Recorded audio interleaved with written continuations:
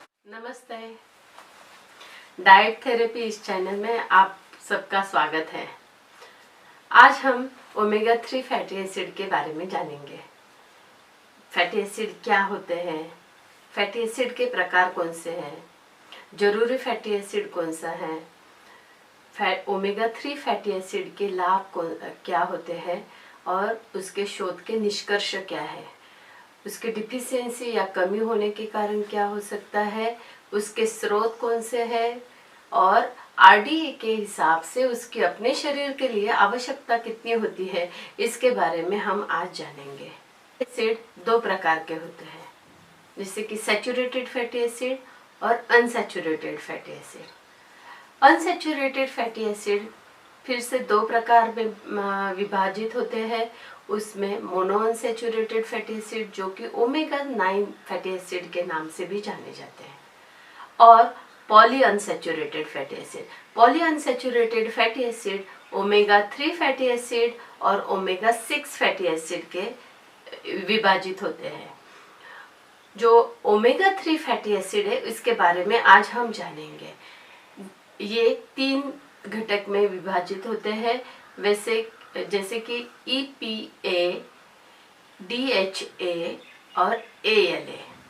जो ALA होते हैं उनको अल्फा लिनोलेनिक एसिड बोला जाता है। वो हमें वनस्पति जन्य पदार्थों में पाए जाते हैं, जैसे कि हरी सब्जी है, जो सीड्स होते हैं, जो ऑयल होता है, सीरियल है, पल्सेस है, उसमें से हमें ये चीज़ें मिलती हैं।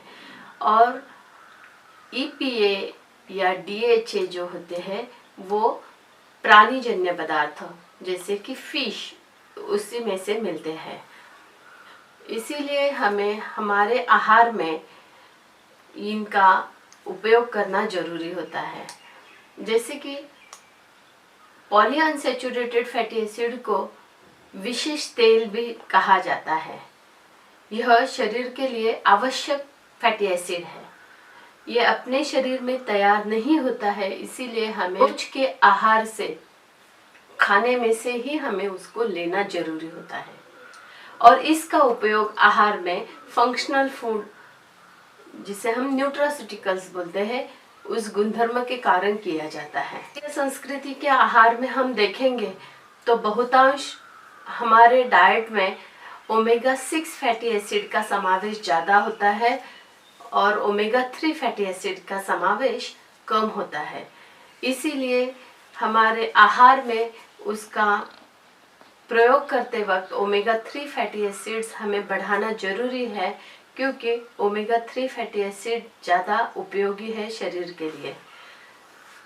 अभी जो हाल ही में जो संशोधन हुआ है, इसमें ये पता चला है कि संयुक्त राष्ट्र में जब बच्चे और प्रौढ़ व्यक्ति, इनमें जब संशोधन किया गया तो उनके आहार में ओमेगा 6 फैटी एसिड की मात्रा ज़्यादा पाई गई और ओमेगा 3 फैटी एसिड कम था। इसी कारण उनके शरीर में ज़्यादा बीमारियां होने लगी थी। इसलिए उन्होंने जब चेंजेस किए और ओमेगा 3 फैटी एसिड और ओमेगा 6 फैटी एसिड का आहार में संतुलन, मस्तिष्क का विकास में सुधार आई, ब्रेन डेवलपमेंट अच्छी दिखी गई। वैसे ही प्रौढ़ लोगों में हृदय रोग का खतरा कम होते हुए दिखाई दिया।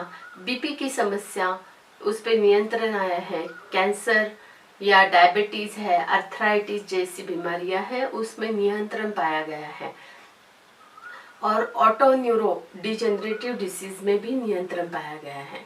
इसलिए ओमेगा 3 फैटी एसिड और ओमेगा 6 फैटी एसिड का उन्होंने प्रोपोर्शन देखा तो उनके डाइट में 1:3 या 1:4 ये प्रोपोर्शन था।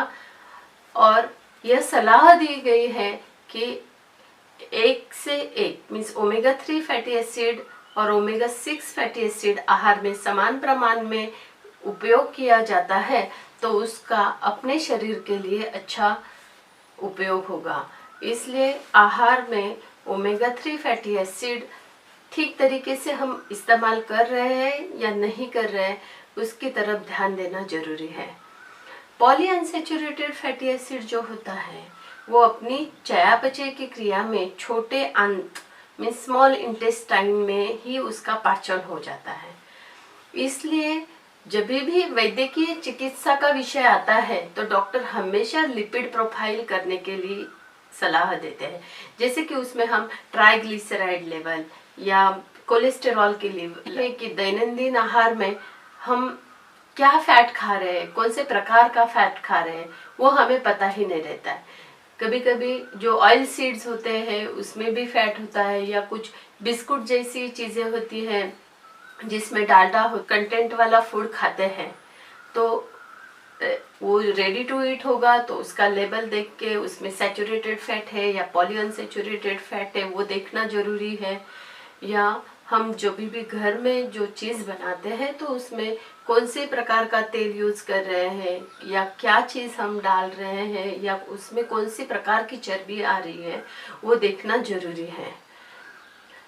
देखिए, सेहत के लिए ओमेगा 3 फैटी एसिड बहुत ही उपयोगी है। जब भी एक आधा इन्फेक्शन होता है शरीर में या वायरस का संक्रमण होता है तो शरीर में न्यूट्रोफिल्स की जो पेशियां होती है, कोशिकाएं होती है, वो सक्रिय हो जाती है और ओमेगा 3 फैटी एसिड ये रक्त कोशिकाओं में न्यूट्रोफिल के कार्य में बढ़ावा देती है। वैसे टी सेल्स है, बी सेल्स है, ये जो अपने इम्यूनिटी बढ़ाने के लिए सुरक्षात्मक कोशिका जो होती है ये ओमेगा 3 फैटी एसिड के द्वारा सक्रिय हो जाती है।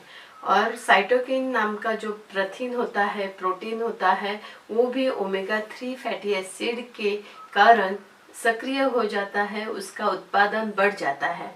इसलिए ओमेगा 3 फैटी एसिड अपने आहार में लेना जरूरी होता है। ये जो ओमेगा 3 फैटी एसिड है ये हार्ट डिसीज के लिए, दिल की बीमारियों के लिए भी बहुत अच्छा होता है। जैसे कि ब्लड कोएगुलेशन जैसे गंभीर समस्याओं में ये चिकित्सा के रूप में पाया जा रहा है।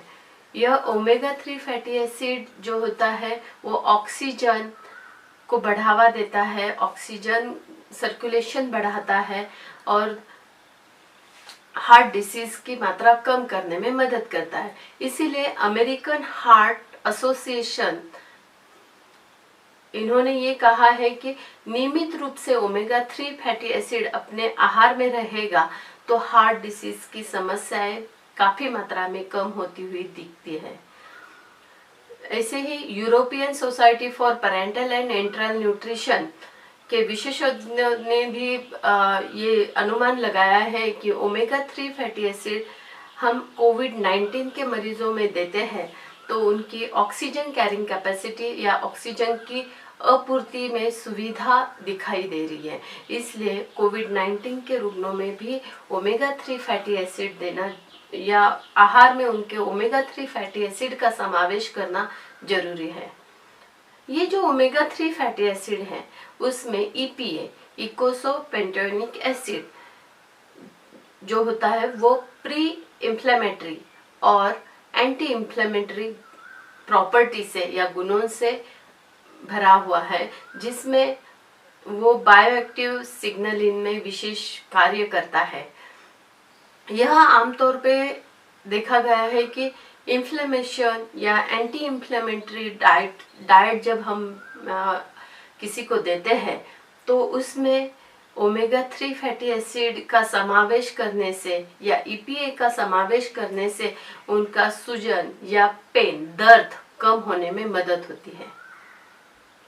इसी तरीके से DHA ये जो होता है वो आँखों के कारण ओमेगा 3 फैटी एसिड रेटिना के स्वास्थ्य के लिए बहुत अच्छा होता है। इसलिए ओमेगा 3 फैटी एसिड हम आहार में उपयोग करते हैं तो अपने शरीर के विविध अंग या विविध अवयव जो होते हैं उसमें विविध प्रकार से वो फायदेमंद दिखाई दे रहा है। इसलिए आहार में ओमेगा 3 फैटी एसिड का संतुलन रखना जरूरी है। ओमेगा 3 एसिड को आमतौर से सुरक्षित माना जाता है। खाद्य पदार्थों के बारे में जानेंगे तो सबसे ज्यादा मछली या मछली का जो तेल है, कॉड लिवर ऑयल है, इसमें पाया जाता है। दूसरा सोर्स हम देखेंगे तो अंडा, एग में अंडे के पीले हिस्से में वो दिखता है। ये हो गए नॉन वेज के सोर्सेस। वनस्पति जन्य पदार्थों में हम देखेंगे तो अखरोट, वॉलनट, वॉलनट और वॉलनट का तेल, अखरोट का तेल, इसमें वो वैसे ही फ्लैक्स सीड जिसको हम अलसी भी बोलते हैं या जवस बोला जाता है, इसके तेल में या उसका हम ऐसे ही सेवन करते हैं 1 स्पून डेली, या चटनी बना के उस खाते हैं, तो उसमें से भी हमें ALA अल्फा लिनोलेनिक एसिड मिलेगा। लेकिन अल्फा लिनोलेनिक एसिड ये EPA या DHA में जब ट्रांसफर होता है तभी वो उपयोगी पड़ता है, लेकिन ALA, DHA या APA में बहुत अल्प प्रमाण में कन्वर्ट होता है। इसलिए ALA के सोर्सेस ओमेगा 3 फैटी एसिड के बारे में हम देखेंगे तो वो इतना फायदेमंद नहीं होते हैं। हम जब डायरेक्ट EPA या DHA के सोर्सेस हम लेते हैं आहार में तो उसका फायदा हमें ज़्यादा मिलता है। वैसे ही हर एक पत्ता सब्जियों में ALA पाया जाता है, जैसे कि पालक है, ब्रोकोली है या फ्लावर है, या तेल जो सीड्स होते हैं जैसे सनफ्लावर है, सैफफ्लावर है, या खसखस या सूरजमुखी के बीज होते हैं, कलिंगड़ या तरबूज के बीज होते हैं, मक्का होता है, कॉर्न या कॉर्न का तेल रहेगा, या व्हीट जर्म या व्हीट ब्रान ऑयल जो होता है, या राइस ब्रान ऑयल, सोयाबीन के तेल में, या सरसों mustard oil, omega 3 fatty acid, ये चिया सीड, तुलसी बीज या सब्जा सीड्स में भी। सप्लीमेंटेशन की बात करेंगे तो फैटी एसिड सप्लीमेंट हम जब मार्केट से खरीदते हैं तब ये ध्यान रखना जरूरी है कि उसमें कौन सा सोर्स यूज किया गया है। ओमेगा 3 फैटी एसिड में ALA, DHA और EPA ये 3 मुख्य रूप होते हैं। तो इसमें हम जब EPA और DHA का समावेश करेंगे तो ही उसका फायदा हमें अच्छा मिलता है।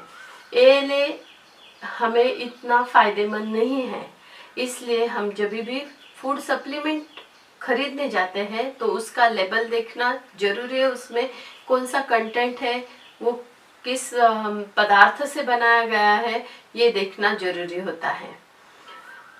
RDA के हिसाब से देखेंगे तो 500 मिलीग्राम पर डे इतना इसका डोज लेना जरूरी है। और शरीर में इनकेस कुछ व्याधि होती है या कुछ डिसीज कंडीशन होती है तो उस टाइम पे 1000 to 3000 मिलीग्राम इतनी मात्रा 12 सप्ताह तक हर दिन देना जरूरी होता है। जब ऑयल की बात करेंगे तो सप्ताह में या हफ्ते में एक बार 1 चम्मच कॉड लिवर ऑयल का सेवन इनफ होता है। तो इस प्रकार से हम ओमेगा 3 फैटी एसिड अपने आहार में समावेश कर सकते हैं। इसीलिए जरूरी है कि आप अपने आहार में ओमेगा 3 फैटी एसिड की सही मात्रा रखेंगे और इसकी नियमित जांच करना भी जरूरी है। वो डाइट संतुलित या बैलेंस डाइट होना बहुत ज़्यादा जरूरी होता है, तभी वो स्वास्थ्य के लिए अपने उपयोगी होता है और हमें निरोगी रखने में मदद करता है। इसलिए अपना डाइट बैलेंस बना के खाओ और स्वस्थ रहो।